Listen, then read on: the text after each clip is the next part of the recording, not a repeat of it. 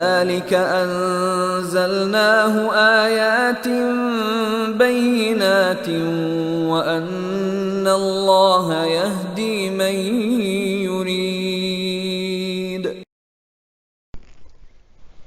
السلام علیکم ورحمۃ اللہ وبرکاتہ. ہم نے پچھلی دفعہ پیج نمبر 101 سے آگے تک پڑھا تھا. انشاءاللہ آج ہم شروع کرتے ہیں پیج 102 پیج نمبر 102 کا سمجھے آخری پیراگراف سے. بسم اللہ الرحمن الرحیم. بار بار پڑھنا. نمبر 5، جو حصہ آپ نے مطالعے کے لیے منتخب کیا ہے آپ کو اسے بار بار پڑھنا چاہیے.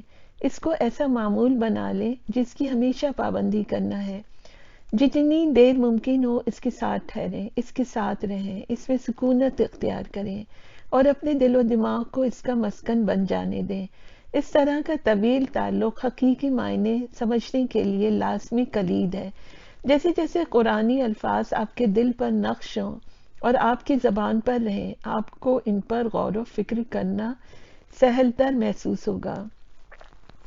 پھر صرف اس وقت پر ہی نہیں جو آپ نے مطالعے کے لیے مخصوص کر رکھا ہے، بلکہ روزمرہ زندگی میں چلتے پھرتے بھی قرآن اپنا مفہوم آپ پر آشکار کرے گا. اس لیے کہ قرآن کے الفاظ اور آیات آپ کے ذہن میں پلٹ پلٹ کر آتے رہیں گے. متلاشی ذہن. نمبر 6، سوال کرنے والے ذہن، تلاش کرنے والی روح اور معنی کے لیے بیتاب دل کو نشو و نما دیجیے. جیسا کہ آپ جانتے ہیں قرآن اندھے اعتقاد کا مطالبہ نہیں کرتا. وہ یہ کہتا ہے کہ اسے بند ذہنوں اور کانوں اور قفل لگے دماغوں سے مطالعہ نہ کیا جائے. غور و فکر کی دعوت قرآن کا سب سے زیادہ پرزور اور سارے قرآن میں پھیلا ہوا موضوع ہے. یاد رکھیں، سوال کرنا معنی سمجھنا اور علم حاصل کرنے کی کلید ہے. اس لیے ہمیشہ جتنے بھی ضروری سوال ہیں ضرور اٹھائیے. مثال کے طور پر اس لفظ یا آیت کے لفظی معنی کیا ہیں؟ اس سے کیا دوسرے معنی مراد لیے جا سکتے ہیں؟ تاریخی پس منظر اور شان نزول اگر معلوم ہے تو کیا ہے؟ ہر لفظ، حصے یا آیت کا سیاق و سباق کیا ہے؟ ہر آیت کا پہلے اور بعد کے آیات کے مفہوم سے کیا ربط ہے؟ کس داخلی نظم اور موضوعاتی وحدت کو تلاش کیا جا سکتا ہے؟ کیا کہا گیا ہے؟ کیوں کہا گیا ہے؟ اس کے عام و خاص مضمرات کیا ہیں؟ بڑے موضوع کیا ہیں؟ مرکزی موضوع کیا ہے؟ میرے لیے، ہمارے لیے آج اس کا کیا پیغام ہے؟ اپنے سوالات کو نوٹ کر لیں اور جیسے جیسے مطالعہ جاری رکھیں اس کے جواب تلاش کرتے رہیں. سوالات اٹھانے سے ڈریے نہیں. آپ کو ان کے جوابات فوراً نہ ملیں، نہ خود آپ حاصل کر سکیں، نہ کسی کی مدد سے، اس سے کوئی فرق نہیں پڑتا. جواب حاصل کرنے کی کوشش میں آپ جو کچھ بھی پائیں اس سے فائدہ ہی ہوگا. اگر آپ بعض اصولوں کا خیال رکھیں تو آپ کو کوئی نقصان نہ ہوگا. الف، ایسے سوالات نہ پوچھیں جن کے جواب انسانی فہم سے بالا تر ہیں یا جن کا تعلق متشابہات سے ہے. مثلاً عرش کس طرح کا ہے؟ نمبر 2، بال کی کھال نہ نکالیں اور نہ ایسے سوالات پوچھیں جن کا زیر مطالعہ حصے کے حوالے سے آپ کی زندگی سے کوئی تعلق بھی نہ ہو. ایسے جواب نہ دیں جو مناسب یا ضروری علم یا مضبوط استدلال پر مبنی نہ ہوں. ایسے سوالات جس کے آپ جواب نہ پا سکیں، جنہیں آپ اپنی بہترین کوشش کے باوجود سمجھ نہ سکیں، انہیں کچھ دیر کے لیے چھوڑ دیں اور قرآن کی دوسری باتوں کی طرف توجہ دیں. وقت آئے گا کہ آپ کو کسی کتاب یا استاد سے رہنمائی ملے گی یا خود ہی جواب مل جائیں گے. خود قرآن کے اندر کافی مثالیں موجود ہیں کہ اولین ایمان لانے والے کس طرح سوالات کرتے تھے. اس طرح بہت سی اہم اور رہنما مثالیں ہیں کہ کس طرح رسول اللہ صلی اللہ علیہ وسلم اور ان کے صحابہ سوالات اور غور و فکر کی حوصلہ افزائی کرتے تھے. مطالعے کی معاونات.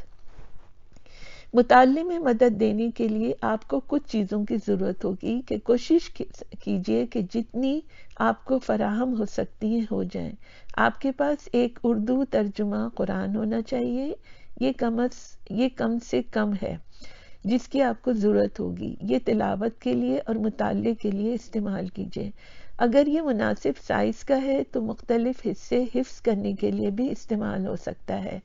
یہ خیال رہے کہ یاد کرنے کے لیے ہمیشہ یہی ایک نسخہ استعمال کیجیے، ورنہ دہرانا بہت مشکل ہو جائے گا۔ یہ یاد رکھیے کہ کوئی بھی ترجمہ نہ کامل ہو سکتا ہے نہ بالکل صحیح ہو سکتا ہے۔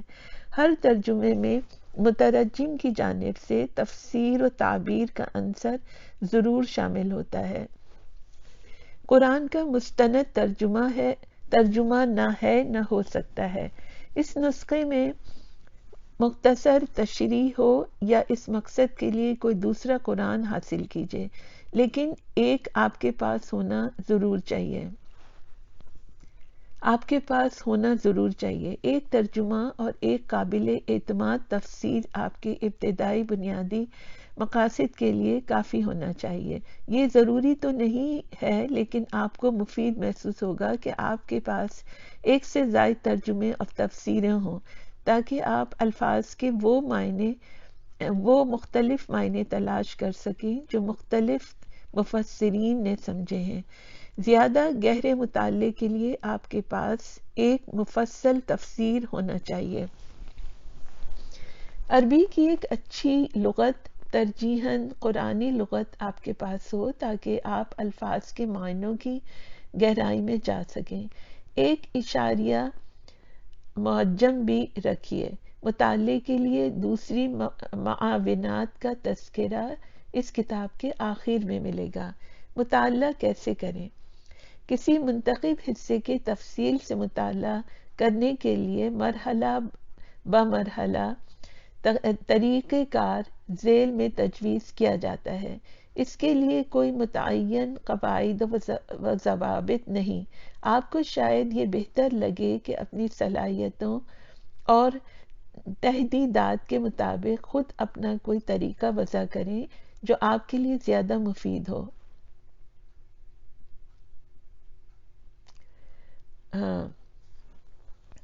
اس کے لیے کوئی متعین قواعد و ضوابط نہیں۔ آپ کو شاید یہ بہتر لگے کہ اپنی صلاحیتوں اور تحدیدات کے مطابق خود اپنا کوئی طریقہ وضع کریں جو آپ کے لیے زیادہ مفید ہو۔ اصل اہمیت اس بات کی ہے کہ آپ ایک منظم طریقے سے آغاز کریں اور ذیل میں درج ترتیب کے مطابق چلنے کی کوشش کریں۔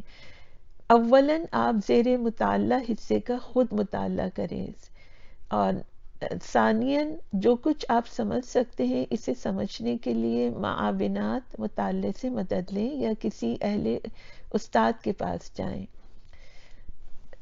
ثالثاً دونوں ذرائع سے اپنے مطالعے کو زیادہ سے زیادہ مکمل مطالعے تک جس حد تک ممکن ہے لے جانے کی کوشش کریں۔ پہلا مرحلہ آپ کو مانوس کیجیے اور اپنے مسائل کو متعین کیجیے۔ نمبر 1، بنیادی شرائط اور داخلی شرکت کے حوالے سے جو کچھ آپ کو یاد ہو اسے جلدی ذہن میں دہرا لیجیے۔ محسوس کیجیے کہ اللہ آپ کے ساتھ ہے۔ اس سے دعا کیجیے کہ آپ جو کچھ مطالعہ کرنے والے ہیں اس میں وہ آپ کی مدد کرے۔ نمبر 2، مطلب سمجھتے ہوئے کم از کم 3 دفعہ اس کی تلاوت کیجیے، یا اتنی دفعہ کہ بغیر دیکھے آپ اس کے بنیادی مضامین کو ذہن میں لا سکیں۔ اب آپ نے گویا انہیں جذب کر لیا ہے اور جب چاہیں ان پر غور و فکر کر سکتے ہیں۔ قاعدہ یہ ہے کہ الفاظ کی تعبیر کی تلاش شروع کرنے سے پہلے ان کے معنی خوب اچھی طرح ذہن نشین کر لیں۔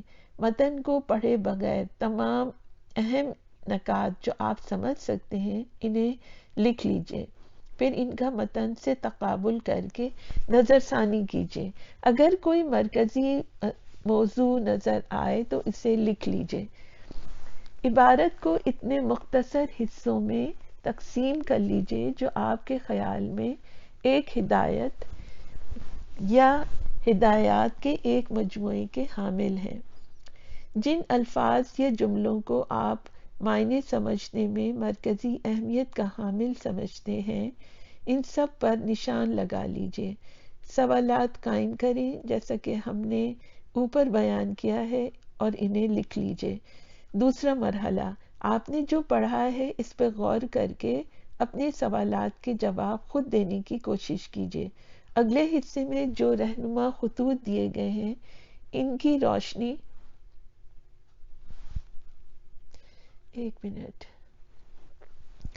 ان کی روشنی قرآن کا مستند ترجمہ نہ ہے نہ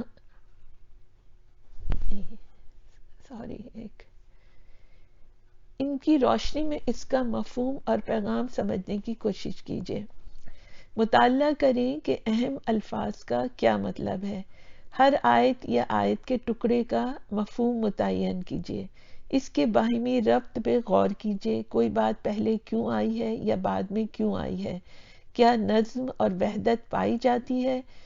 عبارت کا مطلب فوری سیاق میں، سوالات کے وسیع تر سیاق میں اور قرآن کے مجموعی سیاق میں معلوم کیجیے اور سمجھیے۔ متعین کیجیے کہ اس سے کیا کیا مختلف ہدایات اور تعلیمات اخذ کی جا سکتی ہیں۔ سوال کیجیے یہ مجھ سے کیا کہتا ہے، اس کا تقاضا ہمارے زمانے سے کیا ہے۔ سوچئے کہ آپ سے امت مسلمہ سے اور پوری انسانیت سے کیا کرنے کا تقاضا کیا جا رہا ہے۔ تیسرا مرحلہ، جو کچھ بھی مطالعے کی معاون چیزیں آپ کے پاس ہیں ان کی مدد سے اور اساتذہ کی مدد سے معنی معلوم کیجیے اور مرحلہ دوم 4 سے 14 سے گزر جائیے۔ آپ نے جو کچھ خود سے سمجھا تھا اس پر نظر ثانی کر لیجئے، تصحیح کر لیجئے، تبدیل کر لیجئے، اضافہ کر لیجئے، توثیق کر لیجئے یا مسترد کر دیجئے۔ چوتھا مرحلہ، جو کچھ آپ اس طرح سمجھے ہیں اسے لکھ لیجئے یا قلب و ذہن میں محفوظ کر لیجئے۔ جو سوالات رہ گئے ہیں انہیں نوٹ کر لیجئے۔ کسی مفہوم کو حتمی اور مکمل نہ سمجھیے۔ آپ مطالعہ جاری رکھیں گے تو مزید معنی معلوم ہوتے رہیں گے اور نظر ثانی کی ضرورت محسوس ہوتی رہے گی۔ معنی کیسے سمجھیں؟ قرآن کے معنی سمجھنے میں جو اصول اور رہنما خطوط پیش نظر رہنے چاہیے وہ متعدد ہیں اور ان سب پر تفصیل سے گفتگو کے لیے سقیم کتاب کی ضرورت ہوگی۔ یہاں ہم نہایت اختصار سے صرف چند اہم اصولوں کی طرف توجہ دلائیں گے جو قرآن کے معنی سمجھنے کی کوشش کرتے ہوئے آپ کو پیش نظر رہنے چاہیے۔ یہاں تک آج میں نے پڑھا، انشاءاللہ اس سے آگے پھر میں آئندہ نشست میں پڑھوں گی۔ السلام علیکم ورحمۃ اللہ وبرکاتہ۔